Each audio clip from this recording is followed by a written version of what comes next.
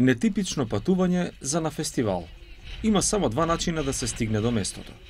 Пешачење преку полиња со лава и по променливо време, или ако можете да си дозволите со нешто покомфорно. Влезницата е вистински луксус, без малку 1750 евра. Сето ово се случува на Исланд. Новинарката на BBC вели дека овој вулкан еруптирал пред 4500 години, но пристапот за јавноста е дозволен пред само 5 години. Патот до ова специјално место е со овој лифт, а трае колку 1,5 пат да се качите на Биг Бен.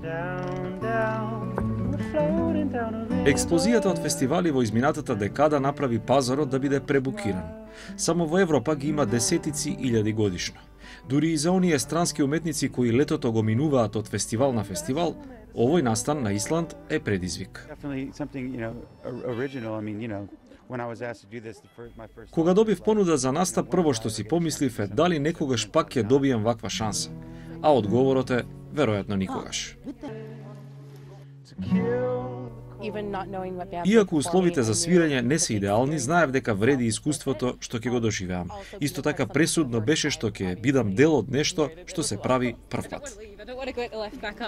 Не сакам да заминам, не сакам да се вратам горе, сакам да останам овде, велат овие музичари.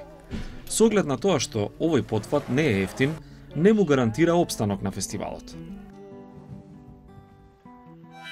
По крајот на фестивалот, над земјата, поради временските услови, мораше да се спроведе евакуација во која се вклучи крајбрежната стража.